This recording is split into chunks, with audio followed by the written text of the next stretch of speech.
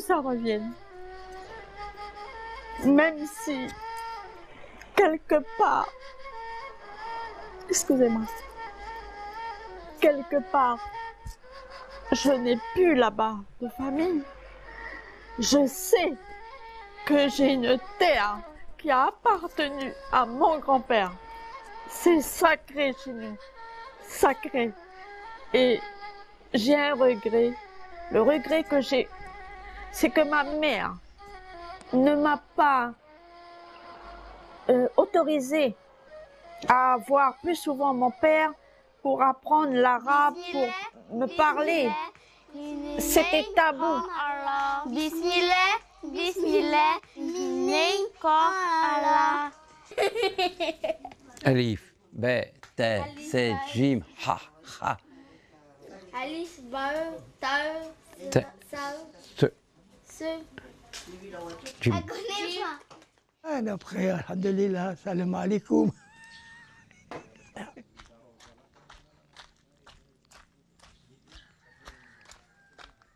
C'est pas haram. التوتي والتوتي قلت له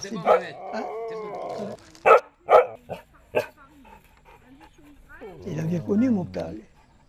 Il parlait l'arabe, il parlait le tahitien, il parlait le kanak, il parlait 4-5 langues arabes, l'Arbaïli, il parlait la Mchaoui, il parlait tout.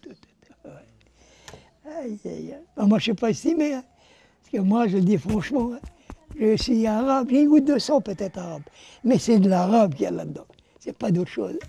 Jamais, jamais. Et moi, mes enfants, ils ont leur père, leur grand-mère et tout ça de côté paternel qui n'est pas arabe, mais ils sont arabes jusqu'à la moelle. Ces enfants de bagnards, ces enfants de déportés, de transportés, c'est pas qu'ils se croient une race supérieure, c'est pas Hitler. Alors que maintenant, eh ben, on le revendique haut et fort. Alors même si on vous dit, bah oui, mais tu dis que tu es arabe, mais tu as des souches métropolitaines et ça, non, je suis arabe, je suis Ali Majan. Né Abdelkader Bouanani, je suis de souche arabe, je suis de la vallée de Nessadiou et j'en suis fière. Nous, on s'est fait traiter de sale bico à l'école. Nous, nos générations, bon, ou les fils de bico, ou les fils de chapeau de paille. Bon, ça, ce sont des humiliations que nous avons subies. Mais ce n'était pas un choix. Le pire dans tout ça, c'est que moi, les gens qui étaient racistes avec moi, ils avaient la même couleur de peau que moi. Si l'autre, il est jaune, il est noir, il n'est pas de la même couleur, vous vous dites, bon, ben, on est différents. C'est normal qu'ils m'en veuillent. Mais non, ils avaient la même couleur de peau que moi, ils me traitaient de sale race.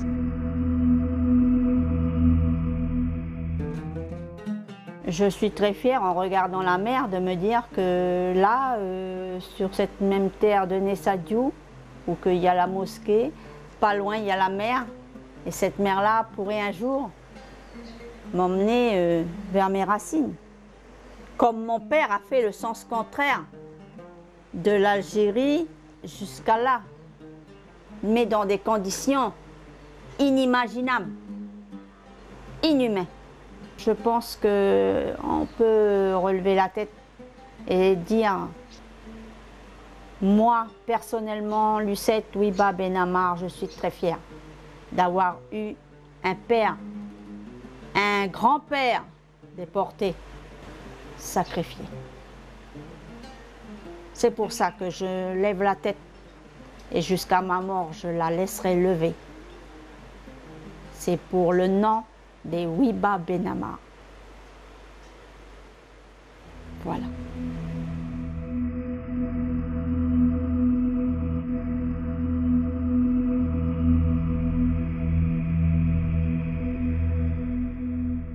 On n'apprenait pas l'histoire de l'Algérie ou d'autres pays, c'était simplement l'histoire des Gaulois et nos ancêtres les Gaulois et la France, et moi ça me gavait. Moi j'ai décidé, entre-temps, comme j'ai trouvé mon oncle, j'ai pris l'initiative personnelle de partir retrouver la famille en Algérie, à l'Elma.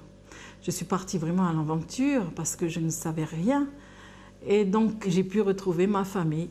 Et je suis arrivée dans l'inconnu, bien sûr, mais c'était fort. J'ai fait le voyage, quelque part le voyage symbolique d'une vie. Et au moment où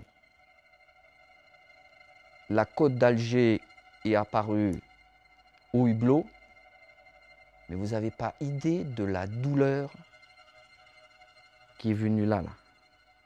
Une douleur que j'avais jamais ressentie. Je ne connaissais pas cette douleur-là. J'avais envie de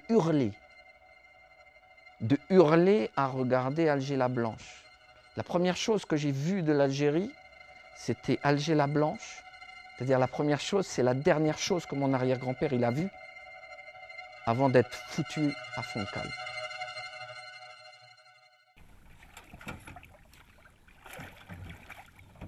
On est parti dans la montagne à Djidjel, puis il y avait peut-être 200 bouffe-neige. De partout ça sortait, c'est une tribu hein, les bouffe-neige, hein. Ça sortait de partout, mais il y a des blancs, des noirs, des jaunes. Il dit ça c'est un bouffe-neige. Hein. Oh, et là on arrive, et là il bloque, et puis le vieux fait que ça calme ça. Là, la plateforme qui est là, avec le caillou au milieu, ça c'était, à moi il regarde mon père, normal, ça c'était ton grand-père. Ton grand-père qui a été déporté en Algérie, c'est là qu'il habitait. Mais il ne reste plus que la plateforme. Et là, ben, on s'est assis tous les trois, hein. Il y a une émotion très forte. Parce que là, on peut dire que nous, on demande là, quoi. Il y a une source qui coule dans la montagne, et là, les mecs, ils viennent chercher l'eau, tout. Et c'est la source des bouffe-neige. Donc, on a bu à la source. Et là, je peux te dire, quand tu bois là, tu dis, il y a quelque chose là. Là, tu sens quelque chose passer dans tes veines.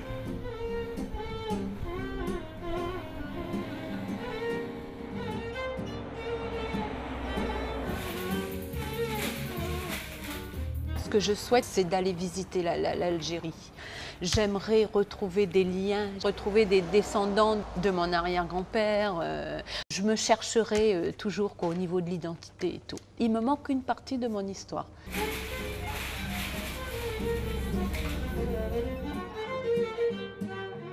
Pour nous, aller découvrir Alger ou certaines villes d'Alger, c'est quelque chose de fabuleux. J'ai pu discuter avec des gens d'ici, des descendants algériens qui ont été là-bas. Je veux dire, tous, sans exception, étaient enchantés.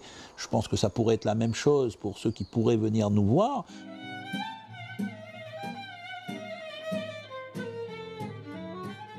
Dans ce cœur, il y a de l'amour, beaucoup d'amour.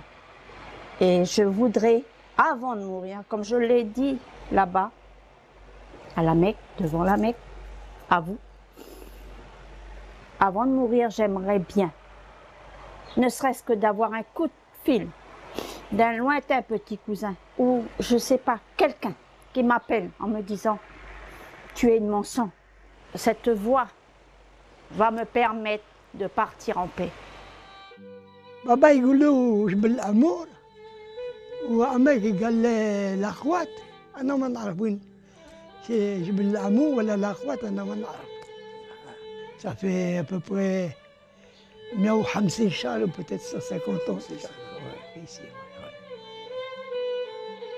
Je me suis battue comme je suis allée pour obtenir le passeport. Il y a eu plus de 40 députés qui sont venus chez moi un jour pour découvrir l'histoire. D'abord, quand j'ai eu le refus du visa, j'ai dit « Pourquoi vous me refusez un visa? Expliquez-moi pourquoi vous avez laissé mon grand-père dans le Pacifique. J'ai rien à vous expliquer. » Et les députés sont venus chez moi le lendemain, j'ai reçu mon passeport. C'est comme ça que j'ai bâti un pont, si vous voulez, pour que tout le monde permette de le franchir aujourd'hui. Je ne me revendique rien. Je l'ai fait parce que je l'ai fait avec le cœur et le sang, c'est tout.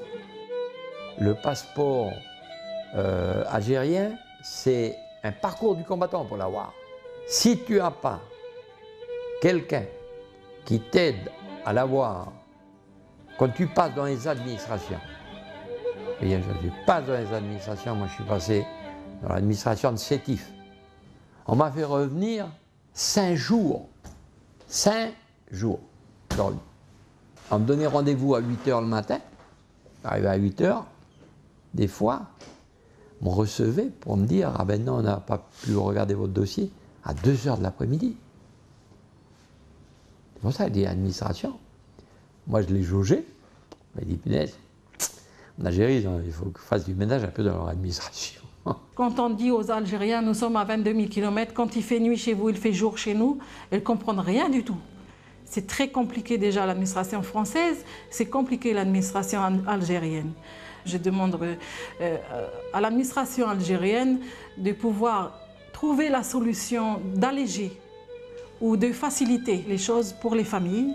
Si on est interdit d'y aller ou si c'est difficile d'y aller, ça veut dire qu'on continue à nous condamner à l'exil. هذه القوانين لا تمنع هؤلاء المهجرين للاتصال بعائلاتهم والانتماء إلى مرجعيتهم الجزائرية الأمازيغية، وبهذا يعني لا فيهم كثير لأنهم ينتمون إلى العائلة الأصيلة، يعني هم ليس من الدرجة الثانية أو الثالثة كما يتخيلون، بل هم من الأصول الفكرية والأصيلة التي صنعت هذا المجتمع وما هو عليه الآن.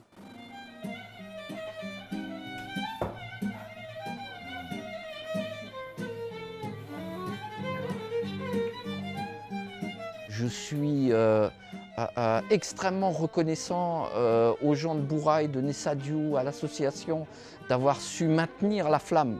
S'il n'y avait pas eu tous ces vieux-là qui ont maintenu, il n'y aurait pas eu tout ce qu'on vit là.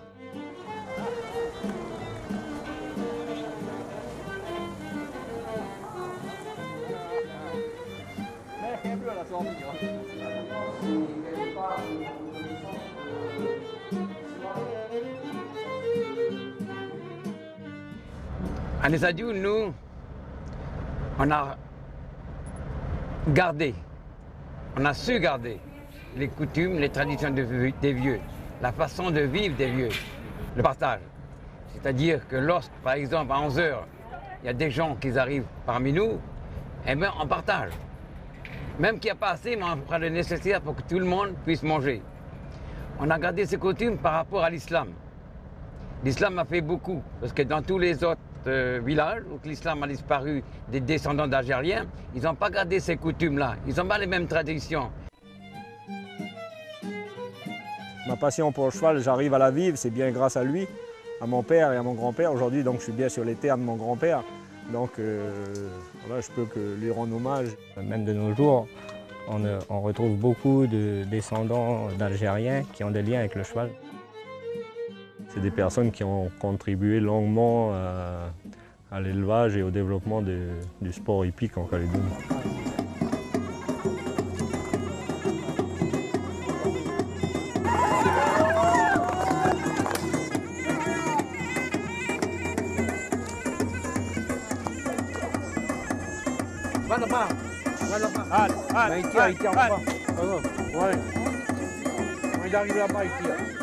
C'est eux qui ont tout bâti. Nous, je veux dire, on a quand même la cerise sur le gâteau par rapport à ce qu'ils ont connu et vécu. Hey! Hey! Il y a de la place là-bas.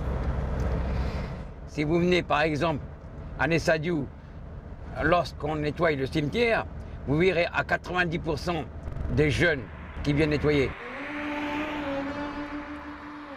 Ça représente déjà nos racines parce que tous les plus vieux ont été enterrés ici, toute notre famille et puis tous nos descendants ils seront ici.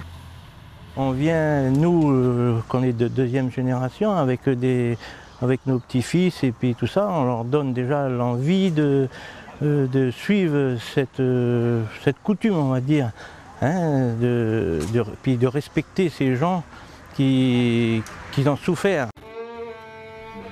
En 1872, à Bourail, le premier Algérien est mort. Il a été enterré à Bourail, mais dans des circonstances qui ne convenaient pas à l'islam.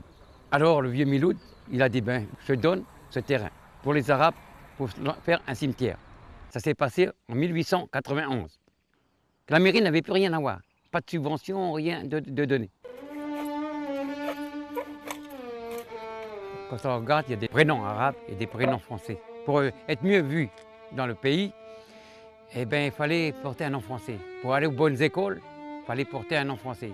Ce qui fait que les vieux donnaient des noms français pour protéger leurs enfants.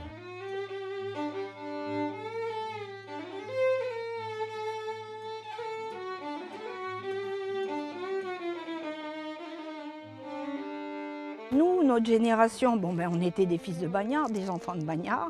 On était des Arabes, on était une sale race d'Arabes. Il fallait qu'on se conduise bien, il fallait qu'on réussisse.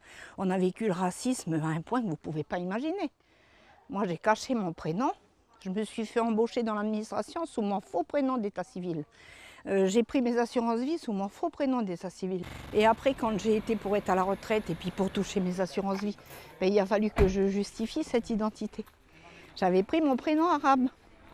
Parce qu'après, une fois que j'étais mariée, bon, c'est vrai qu'en étant jeune fille, c'était Abdelkader, donc ben voilà, hein, là, vous ne pouvez pas le cacher, vous êtes arabe, plus arabe que ça, tu meurs, quoi. Et après, quand j'ai été mariée, que j'ai pris le nom de mon mari, en ayant mon prénom français et mon nom de mariée, j'avais plus de traces, si vous voulez, de mon ethnie. Grand-père Bouffnech a été irondé, c'était un musulman. Ma grand-mère n'avait pas le droit, elle avait sa cuisine à part, parce qu'au début, elle était chrétienne. Il était droit. Il était droit, il était sévère, mais il était droit, mon grand-père. Et là, je suis sur la tombe de mon grand-père, Belkacem Bouffnech Ben Ahmed. Il est arrivé ici en 1896, à Pointe-Bout. Et ensuite, il s'est marié à Vaud en 1910 et il est venu s'installer à Nessadiou, car il savait qu'il y avait un cimetière musulman dans ce village. Mais souvent, il disait quand même à mon père, il racontait avec vos vieux, qu'il aurait aimé retourner en Algérie parce qu'ici, il était bien, mais ce n'était pas chez lui.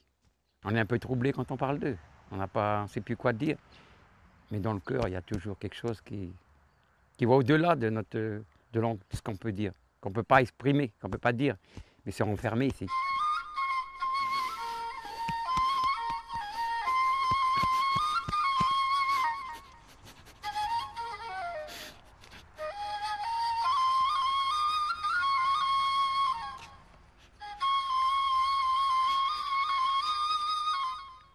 Et là où il y a grand-père Taïeb aussi.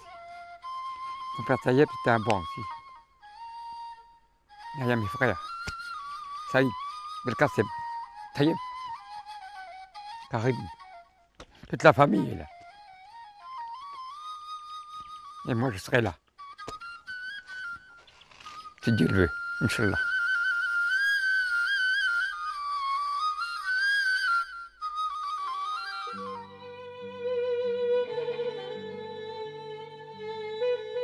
Mon grand-père maternel, il s'est fait condamner à la place de son frère. Mais son frère, quand il s'est vu mourir en Algérie, il a appelé ses enfants et il a dit, si vous avez l'occasion de raconter à nous, ses descendants, dit mon frère, il doit être mort, que finalement c'est eux qui devraient être ici et nous là-bas. Mais il n'a jamais dit à sa famille. Il chantait, il avait une flûte, il chantait le soir au crépuscule quand il avait un peu le cafard. J'ai été condamnée, je suis innocente, j'ai été condamnée à la place d'un autre, mais il n'a jamais dit que c'était à la place de son frère.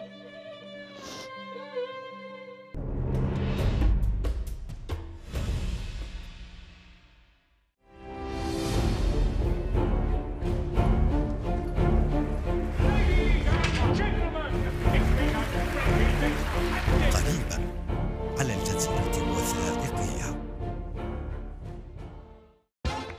تعال هنا واذهب هناك، من المغرب إلى الخليج، إلى كل بلد عربي، من الصحراء إلى أعالي القمم، من أكثر المدن العربية شهرة إلى قرى لم تسمع عنها من قبل.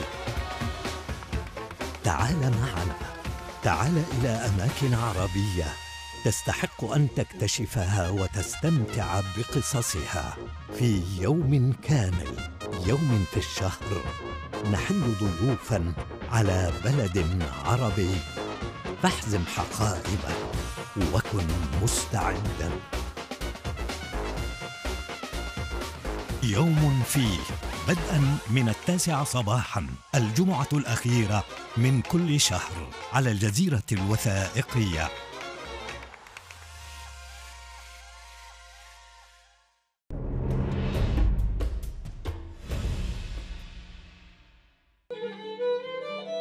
On sait d'où l'on vient. Et pour pouvoir dans la vie, il faut savoir d'où l'on vient pour pouvoir aller. Même dans 2 ou 3 générations, ça sera la même histoire. On ne pourra pas la changer. Elle est écrite comme ça et elle restera.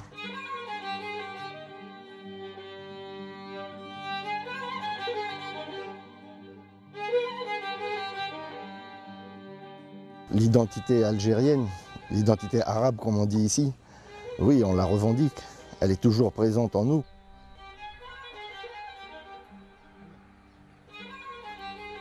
Ce dont on a besoin, qui a été à chaque fois traduit auprès des autorités algériennes qu'on a pu rencontrer, c'est de dire il faut ici installer un couple de professeurs d'arabe à Bouraï. Parce que la population algérienne, lorsqu'elle a été libérée, elle a été à 90% libérée à Bouraï. On a perdu un peu notre identité, quoi, hein. Mais c'est pas simple. C'est pas simple comme la langue. J'aimerais bien apprendre la langue, mais qui va me l'apprendre? On n'a personne ici qui donne des cours d'algérien. Vous voyez, il y a beaucoup de choses qui mériteraient d'être faites, quoi. Le gouvernement algérien, en investissant là-dedans, c'est redonner la possibilité à nous, mais surtout à nos jeunes, de retrouver à travers la langue la culture.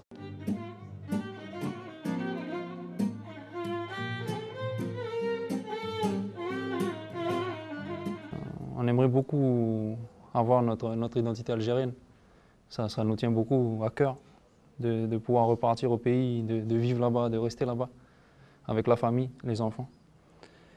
Et c'est un grand combat. Alhamdulillah, c'est notre combat et Inch'Allah, on espère pouvoir réussir à retourner au pays. Cette envie est toujours aussi forte, je pense, peut-être pas aussi forte que l'arrière-grand-père, comme on n'a pas vécu les mêmes choses, mais bon, on se sent étranger dans ce pays. Et c'est pour cette raison que, en plus, tout ce qui est du Coran, c'est un Coran symbolique. Mais de nos jours, l'identité revient, la fierté d'être arabe revient. Les gens redonnent des noms arabes à leurs enfants, ils ont repris la religion. Maintenant, il y a beaucoup qui font le carême, qui font le ramadan, qui font beaucoup de choses, qui vont faire le hajj à la Mecque. Et ça veut dire que notre communauté a repris espoir. Aujourd'hui, on participe à la vie active. Vous avez dans l'agriculture, chez les fonctionnaires, dans les commerces, dans le service à personne, dans les industries, un peu dans tout corps de métier. Il y a des descendants qui ont bien réussi.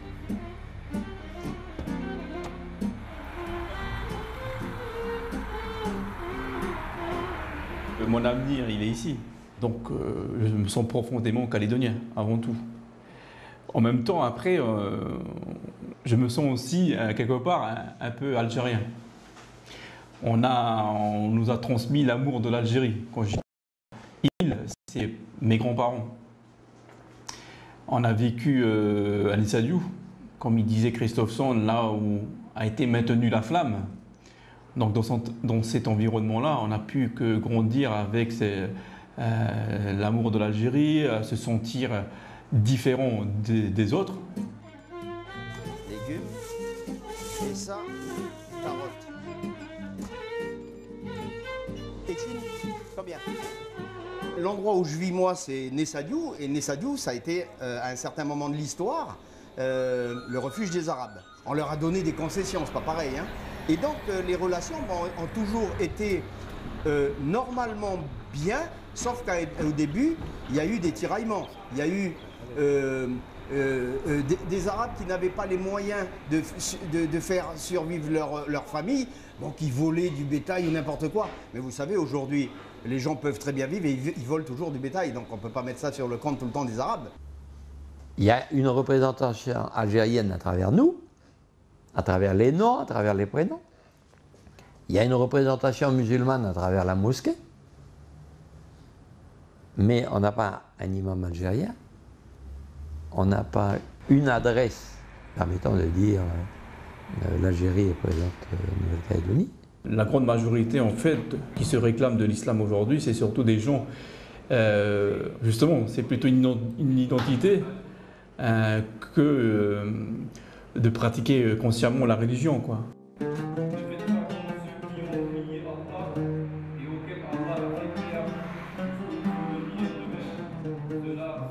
Je fais le devoir ici toujours. C'est midi. Assar, c'est 3 heures.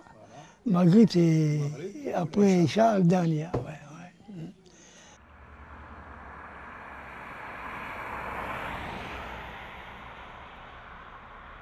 Chaque individu vit son islam différemment. Il y a ceux qui pratiquent régulièrement les 5 piliers, hein, les prières.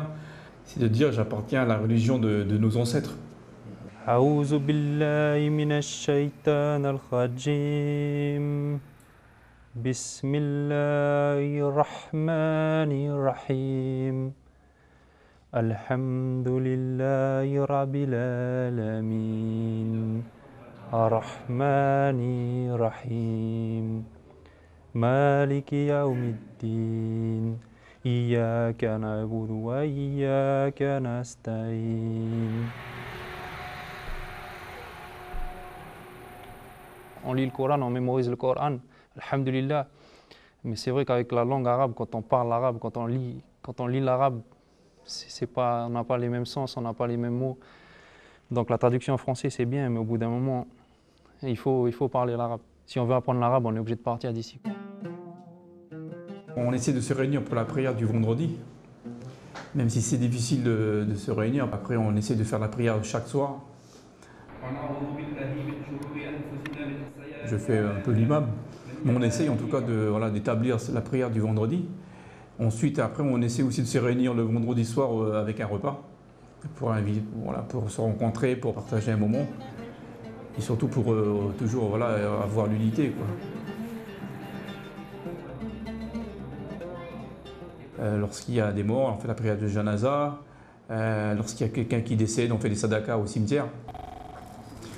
Donc on essaye de maintenir vraiment tout ce qui est en rapport avec notre religion et tout ce qu'ont fait nos anciens, quoi.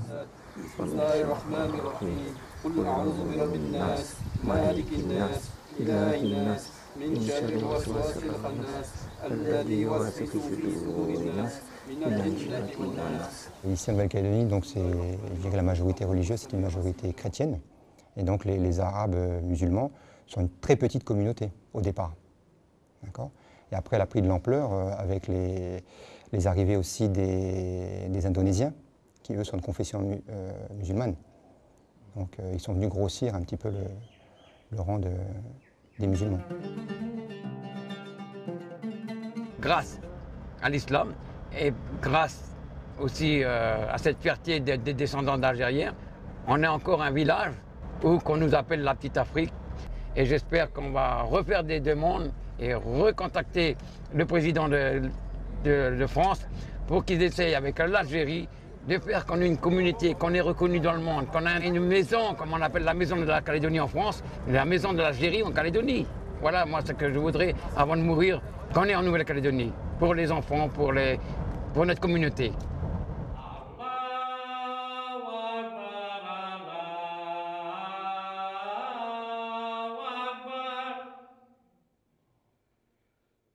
Les difficultés à l'époque pour mettre la mosquée en place.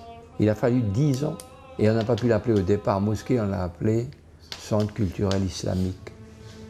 Tout ça parce qu'il fallait cacher. Cacher encore parce que le terme mosquée faisait peur à l'époque, c'est le gouvernement Pasqua.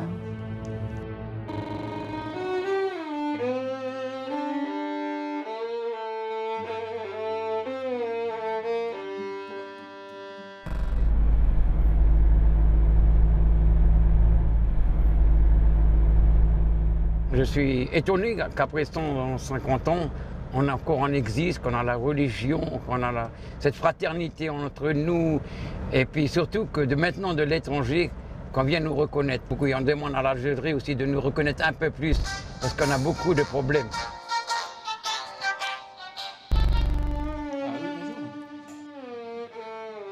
بعد مرارة طويلة دامت 30 سنة من النفي، سمح للقائد بومزراق المقروني بالعودة إلى الجزائر في العام 1904 ليتوفى بعد سنة من ذلك. أما نجلاء الشيخ الحداد فكلاهما فر من كاليدونيا سنوات النفي الأولى باتجاه مكة المكرمة، حيث توفي الشيخ محمد هناك، بينما وهو يحاول عائدا إلى الجزائر عبر فرنسا توفي الشيخ عزيز فجأة في العام 1895 بباريس، وينقل جثمانه لاحقا ليدفن في أرض أجداده. لكن حلم العودة لم يتحقق لجل المنفيين لتمتزج دماؤهم بالآخر في هذه الجزيرة.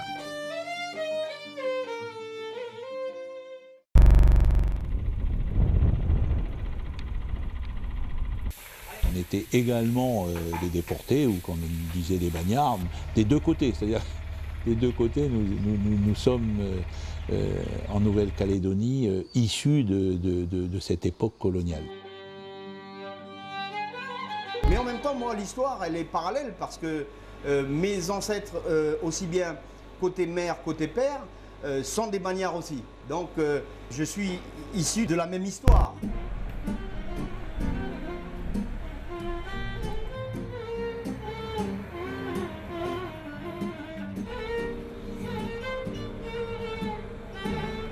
Les Arabes, c'était presque des déportés politiques, c'était pas des délinquants ni quoi que ce soit, hein, quand même. Hein. Et nous, par contre, nos parents, c'était quand même des gens qui étaient délinquants, qui ont certainement fait des bêtises qu'on ne connaît pas trop, et qu'on ne cherche pas trop à savoir non plus, parce que on ne va pas toujours vivre sur le passé non plus. Hein.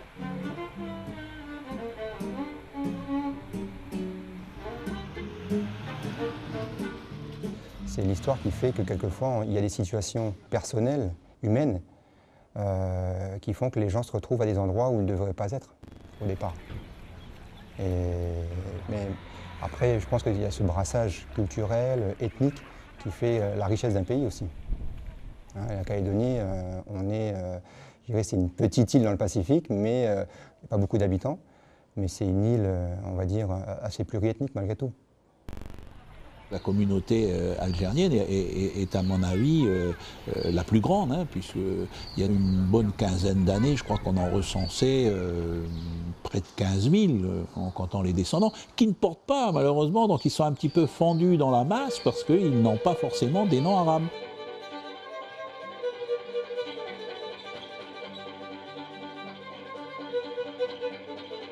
C'est des photos que les familles, les vieux, parce qu'en fin de compte, à l'époque, les photos, n'étaient pas trop acceptées par les vieux arabes. Mais notre famille, à nous, ils ont fait des photos. Et on est heureux parce qu'on a des souvenirs. Et là, il y a mon grand-père Tayeb, du côté de ma mère maternelle, et grand-père Tayeb. Et dans ce livre, ça explique un peu notre histoire, ce qu'on a fait après quand ils étaient là, mais quand ils sont partis. Ce livre, pour moi, il a une grande valeur. Et il y a des photos de tous les vieux que j'ai pu retrouver, et il y en a beaucoup qui viennent le regarder. Tous les samedis, c'était la poule qu'on tuait. Il fallait tuer une poule. Il y avait 25, 30, 40 000. Et nous, on était à côté, ils écoutaient en arabe parce qu'il ne fallait pas parler. On les écoutait parler en arabe, parce que moi j'ai connu les derniers déportés, les derniers, quoi. Ça fait qu'on les écoutait parler en arabe. Et déjà, moi, quand j'entendais parler arabe, ça me touchait du cœur. J'aurais tant aimé. Et c'était formidable. Quand j'étais aux anges quand je les entendais parler arabe. Mais de toute façon, maintenant, c'est pareil. Quand j'entends parler arabe à la télé, j'écoute, je suis de la musique, tout.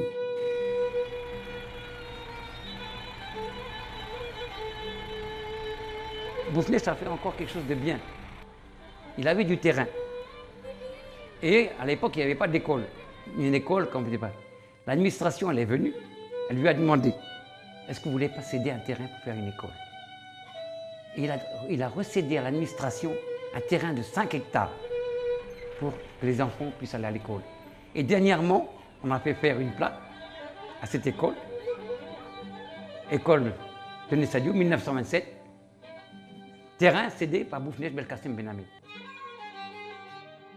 الراسخ عند معظم أحفاد الجزائريين أن كاليدونيا وطن ساهم في بنائه أجدادهم المقهورون، وبات إذن لهم كما لغيرهم، ولا يجب أن تظلل مآسي الماضي مساحات المخيال العام لهؤلاء، وأن عليهم أن يشكلوا مجتمعا فاعلا وناجحا مع الإبقاء على المرجعية المميزة لكيانهم. Ce que tous nos vieux ils attendent de nous, collectivement dans ce pays-là, c'est que on envoie au reste du monde une image d'espoir. Une image de dire que chacun peut garder son identité, parce que je crois profondément à un besoin d'identité pour être bien dans sa peau, mais que ces identités peuvent se juxtaposer et vivre paisiblement les unes avec les autres dans le XXIe siècle sans avoir nécessairement à se confronter et à, j'allais dire, à guerroyer les unes contre les autres.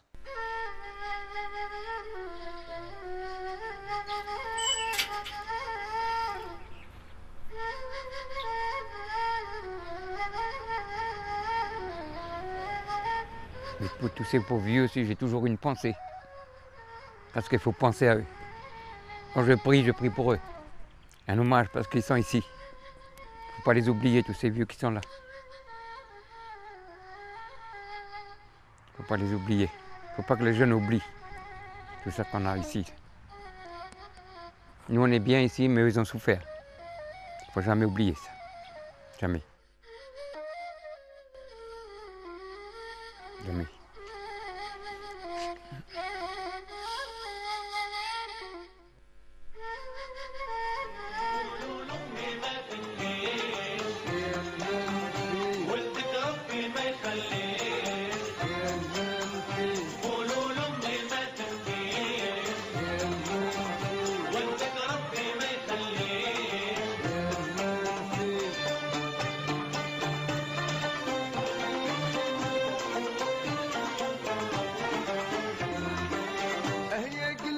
وشدك تعيد او الصوفة دايما كيف او جميلة معمرة بالماء او القلب عوام فيها